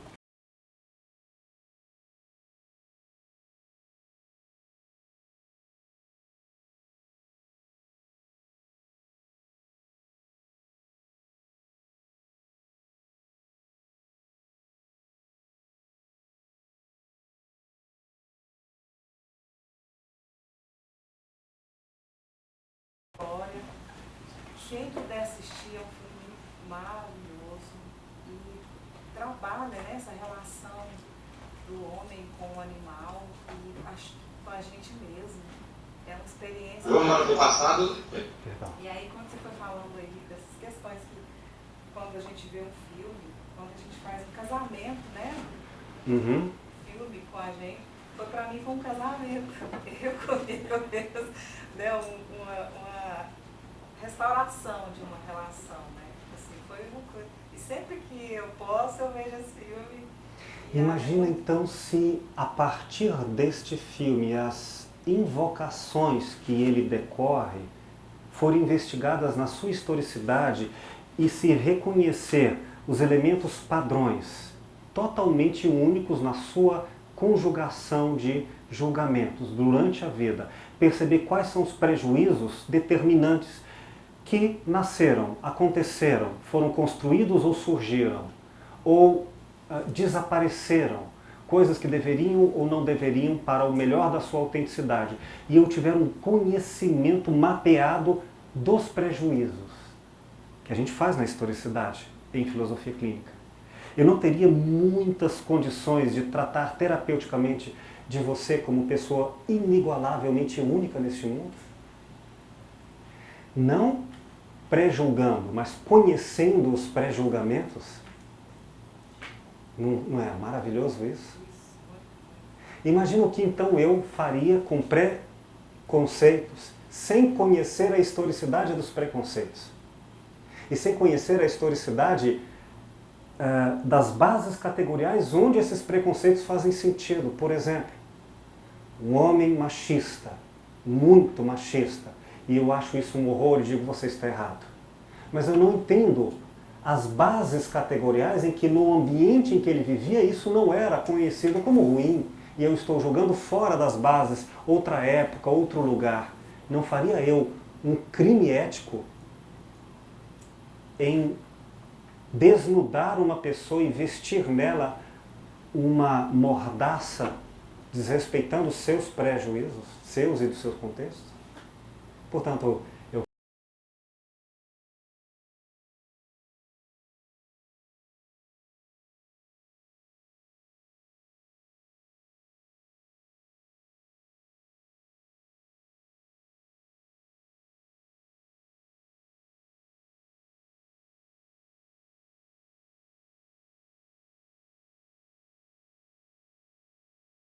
profundo conhecimento filosófico, porque não há uma resposta única. E recuperar, né, Will, as nossas coisas. Eu vi assim, a recuperação, né, de tanto que é possível, como iriam sacrificar o cavalo, mas encontrou alguém que pôde ajudá-lo. A recuperação desse cavalo, machucado, ferido, traumatizado, por tantas coisas que ele sofreu, né, naquele acidente. E é muito interessante como a gente se identifica com essas coisas, né? No caso Laura, ela ficou numa malha intelectiva de relações após a suma crença de que matou o pai, em que tudo estava enegrecido com uma depressão, tudo estava imantado numa rede de culpas e vergonhas. E antes, o conflito com o pai se dava pelo seu forte erotismo, gosto de cores vivas e relacionamentos que lhe excitavam muito o corpo. Sua existência via corpo. Quando ela então entrou para a culpa, entrou para abstrações e abandonou o corpo. E com ele as possibilidades de resgate dos seus valores e relações de autenticidade. Uma das formas de mostrar a ela que seus pré-julgamentos, eu matei meu pai, não eram autênticos, e levá-la a ter pré-julgamentos autênticos, ou seja, como é para ela, com suas bases não reflexivas, mas óbvias na estrutura autêntica do ser dela, foi dizendo a ela, não explicando, porque pelo raciocínio ela já mostrou que não entendia que ela não matou o pai. Um conhecimento médico não lhe faria resolver existencialmente o drama. Então eu encontrei outra forma de falar com ela. Eu disse, olha, quando eu percebi que por uma calça jeans ela via o mundo de uma certa forma, porque ela com a calça e por meio, melhor, atravessando a calça, ela se redefinia. A calça não vestia ali o corpo, vestia ali uma identidade.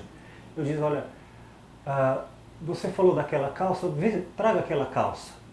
E junto com aquela calça nós fomos ao parque, onde ela passeava com esta calça no parque.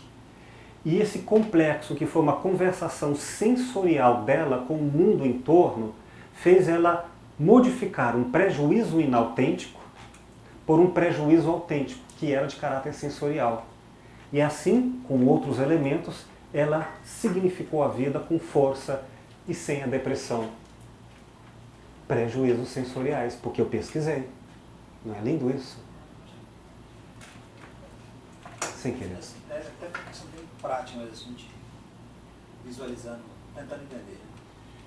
No caso que você colocou do rapaz que se desapaixonou, digamos assim, Sim. ao saber que a menina é empregada doméstica, quer dizer, num pré-julgamento, eu colocando como um clínico ali naquele momento, um Sim. compartilhante. Sim. Quer dizer, num pré-julgamento meu, eu posso considerá-lo, enfim, um princípio horrível, digamos. É um Ok. pré-julgamento horrível. Sim. Qual é o truque mesmo do clínico para esse momento não interromper uma pesquisa? Porque talvez ele Muito esteja bom. apenas querendo fugir por uma hipótese. Ele não queria ter uma relação séria. E aí achou alguma coisa no pré-julgamento dele para dizer, opa, vou pular fora. E, quer dizer, eu não me permiti, pelo meu pré-julgamento, entender o que significava aquilo. Pode ter mil coisas à frente. Uhum. Mas como Com certeza. a ideia, assim, a minha pergunta é como evitar que o meu pré-julgamento, quer dizer, bebo água, peço licença, respiro. Olha, você já deu a resposta, querida. Você tem que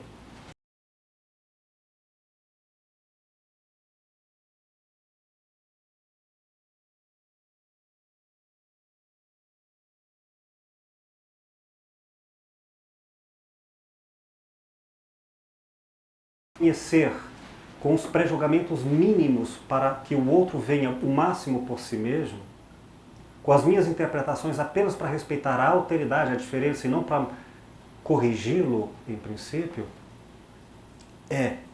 e só é possível quando eu faço antes a clínica didática.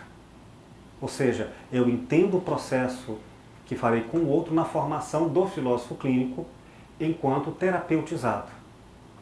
E aí eu vou entender essa clínica com a minha própria estrutura de pensamento. E vou perceber que, respeitosamente, quais são os meus limites limítrofes.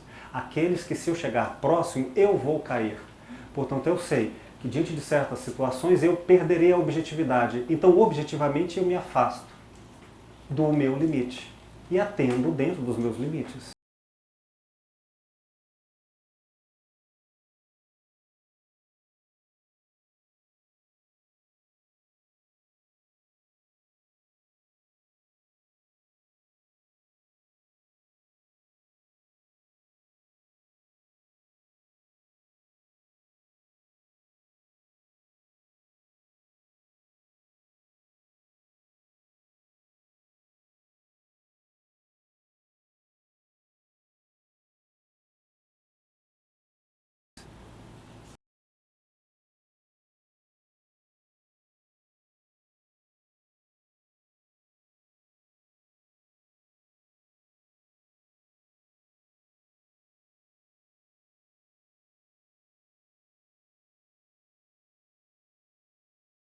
Assim como pode acontecer o inverso.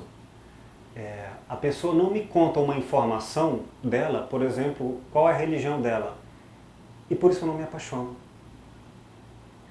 Não é que não há amor, mas é que o amor está vinculado à religiosidade. Isso não é menor ou maior. Se for o jeito de ser ela autêntica, eu tenho que respeitar isso. Né? E imagine, por exemplo, pegar, por exemplo, algo que parece não ser passível de elementos assim como um desejo erótico muito forte.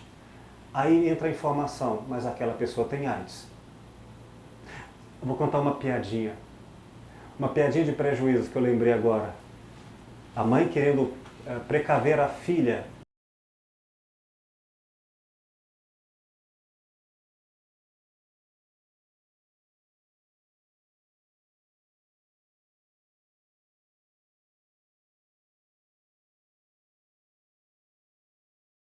As tentações. Então a mãe diz para ele, toda vez que o rapaz estiver muito fogoso, e ela está usando, claro, um submodo que a gente poderia usar em filosofia clínica, adequada a cada um e a outros não funcionam. Vejam na história. Um modo de ela refrear os desejos e assim se manter pura antes do casamento. E assim nas festas, nos encontros, ela fez o que a mãe sugeria. Toda vez que o rapaz, por mais que ela dissesse, não, não, por favor, não insista, e ele insistia, ela perguntava a ele, tudo bem, então qual vai ser o nome do nosso filho? Que os rapazes afastavam-se dela. Prejuízo? Claro que eu não sei se é de fato prejuízo, mas ali tem uma verdade prévia que está vinculada a outras amarrações. Estou usando o exemplo. E assim ela foi usando com sucesso várias vezes. Até que, um belo dia, ela dizia não, não, não, não, e o rapaz insistia, e ela usou o gatilho do prejuízo como algo que impediria o desejo e a continuidade daquela tentação. E ele não parou. E assim ela também não aguentou o desejo e fizeram o que não deveria. Depois, quando terminou, aí ela pergunta de novo, então, qual vai ser o nome do nosso filho? E ele respondeu, tirou a camisinha, amarrou e disse, se ele sair daqui o nome dele vai ser MacGyver. Como vem, o mesmo pré-julgamento de um não funciona para outro. Eu quero concluir nossa aula de hoje com um vídeo cultural de um homem que vai usar um modo de ser, de entender a realidade diferente do que é para nós aqui no Centro-Oeste. É bem nordestino. O sentido do que ele fala, o contexto, só faz sentido para eu entender se eu for lá. Como, por exemplo, usar roupa de banho no ônibus. Isso faz sentido em ônibus que percorrem a orla marítima. Assim, eu preciso entrar na cultura, investigá-la. E isso vou fazer como? Por livros, por filmes. Se eu atendo uma pessoa que me fala de uma época, de um jeito de ser que não é o meu, eu tenho que investigar isso. Para eu não prejulgar pela ausência do conhecimento. E sim conhecer os pré-julgamentos em jogo. Olha que interessante esse universo cultural que não é comum para os que não são daí. Imagine atender pessoas em outros países ou de valores bem diferentes. Eu me inspirei no livro Memorial do Marco Paulo Guimarães e eu faço um mergulho de lembranças de um passado não muito distante, já cheio de pré-julgamentos. Na poesia de Manuel Bandeira, Vamos embora para Mazarga. Eu digo, vou-me embora para o passado. Lá sou amigo do rei. Lá tem coisas daqui, ó. Roy Rogers, Buck Jones, Rock Lame, Doris Day. Vamos embora pro passado. Vamos embora pro passado porque lá é outro astral. Lá tem Carlos Zé Maguete, Jeep Willis, Maverick, tem Gordini, tem Buick, tem Candango e tem Rural. Lá dançarei twist, uriguri, iê. Lá é uma brasa, mora, só você vendo pra crer. Assistirei rim-pim-pim, ou mesmo Gini é um gênio. Vestirei calças de lycra, faroeste, dura bem. Tecidos sanforizados, percal e banlon. Verei lances de anágua, combinação, calefon. Escutarei Aldilá, Dominique, Nique. Me fartarei de grapete na farra dos piqueniques. Vou-me embora pro passado. No passado tem Jerônimo, aquele herói do sertão. Tem Coronel do Gero com Otrope em discussão. Tem passeios de lambreta, de Vespa, de berlineta, marinete e lotação. Quando toca pata-pata, cantam a versão musical, tá com a pulga na cueca e dançam a música sapeca, o papaum mal. Tem a turma pra Frentex, cantando banho de lua. Tem bundeira, piniqueira, dando sopa pela rua. Vamos embora pro passado, que o passado é bom demais. Lá tem meninas quebrando ao cruzar com um rapaz. Elas cheiram a pó de arroz da Cachemire Bouquet, Coty ou Royal Briar, colocam rouge e laque, Inglis Lavanda Atkinsons ou Helena Rubinstein, saem de saia plissada ou de vestido tubinho, com jeitinho encabulado, flertando bem fininho. E lá no Cinema Rex se vê broto a namorar, de mão dada com o guri, com vestido de organdinho e com golas de tafetá.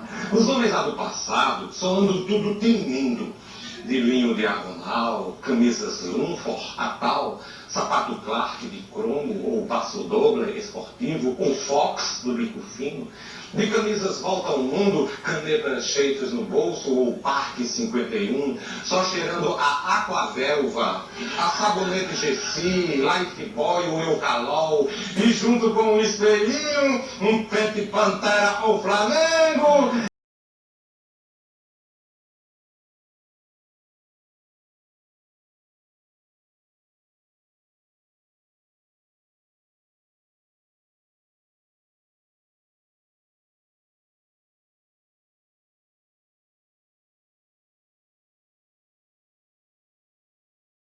Beijando a meio tom. No passado é outra história, outra civilização. Tem alvarenga, rancinho, tem jararaca e ratinho aprontando a gozação. Tem assustado a vermute ao som de Valdir Calmon.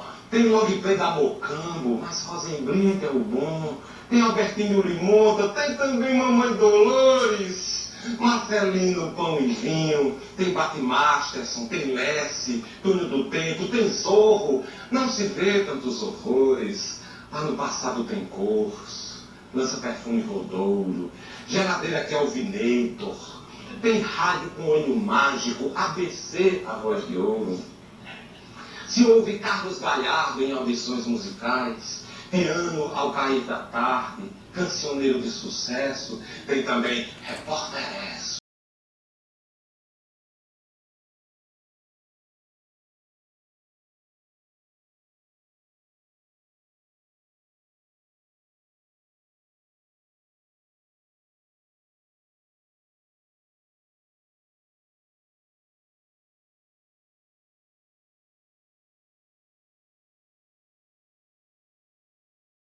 De madeira e baquelita.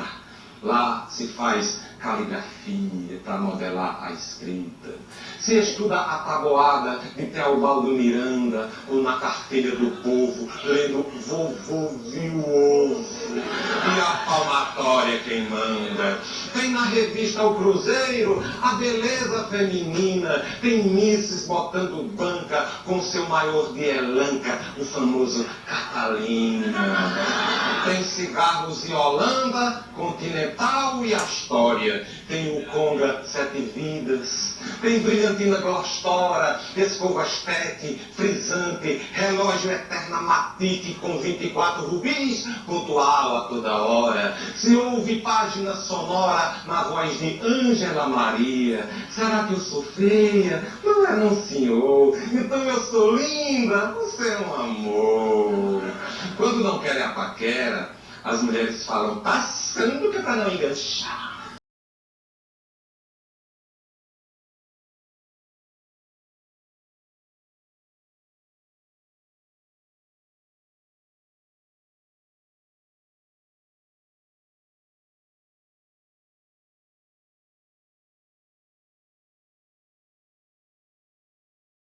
Vai dizendo, oh maré, todo boy mancando o pé, insistindo em conquistar. No passado tem remédio para tudo o que precisar. Lá tem doutor de família que tem prazer de curar. Lá tem água rubinar, mel poejo, asmapan, bromil e capivarol, arnica, fimatozan, regulador Xavier. Tem saúde da mulher, tem aguardente alemã. Tem também capiloton, peptide e terebentina, xarope de limão bravo, pílulas de vida do Dr. Ross. Tem também aqui para nós uma tal robusterina, a saúde feminina. Vou-me embora para o passado para não viver sufocado, para não morrer poluído. enjaulado.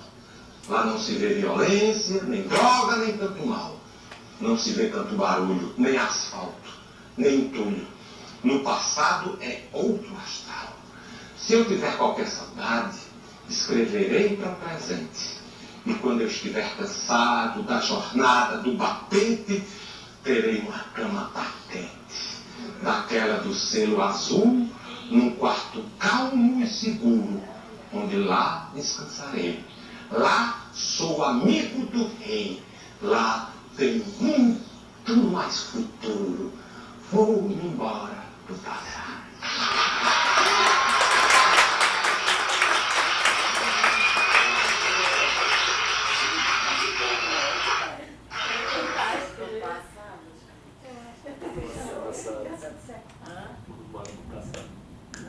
Queridos, considerações finais. O que ele fez nesse vídeo deve ser levado com grande profundidade filosófica, não apenas artística. Porque se alguns de vocês, e alguns aqui têm já, como diria,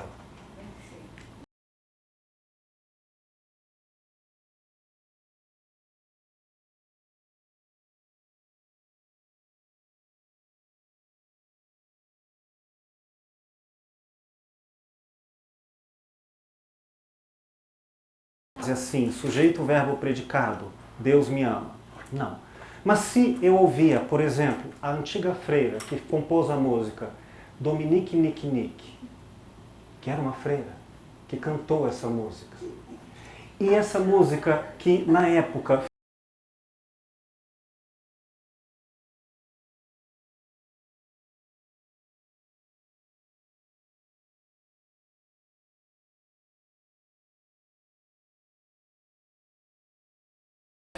na memória ou na cultura atualizada, então, se eu faço como o Quirino, esse grande poeta, eu refaço a letra de Vou-me embora para a passada, versão à historicidade da pessoa, pesquisando todo o enredamento de pré-julgamentos que são fortes, eu poderei trabalhar terapeuticamente com grande força de existência e autenticidade se eu recomendar à pessoa com conhecimento de causa, ao dizer, ouça no final da tarde, a semana, não uma vez, mas todo final da tarde por um tempo, Dominique Nick Nick. E ela vai recuperar e alimentar pré-julgamentos que ela tinha de realidade, de crença e de força, que ela perdeu com a ausência da canção e do contexto em que a canção existia. Não é possível? Se alguém se sentiu bem ao relembrar coisas, isso é uma amostra do que faríamos se pesquisássemos os pré-julgamentos na historicidade de cada um, via emoções, pré-julgamentos associados a corpo, pré-julgamentos associados a como o mundo me parece, pré-julgamentos associados a o que acha de si mesmo, pré-julgamentos associados a vários fatores. Não seria grandioso?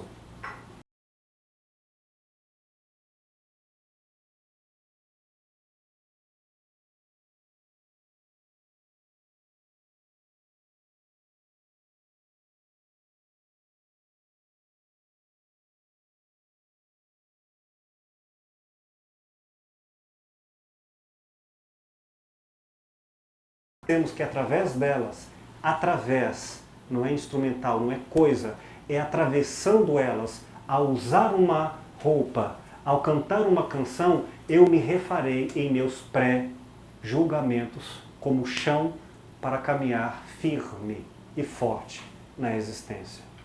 Não vale a pena pesquisar a historicidade de cada um e descobrir como são os prejuízos de cada um, o que eles são, o quanto são determinantes, em que contexto eles podem ser utilizados na clínica em benefício do cuidar de cada um? Não vale a pena? Bom, que Fernando Pessoa responda à pergunta, tudo vale a pena?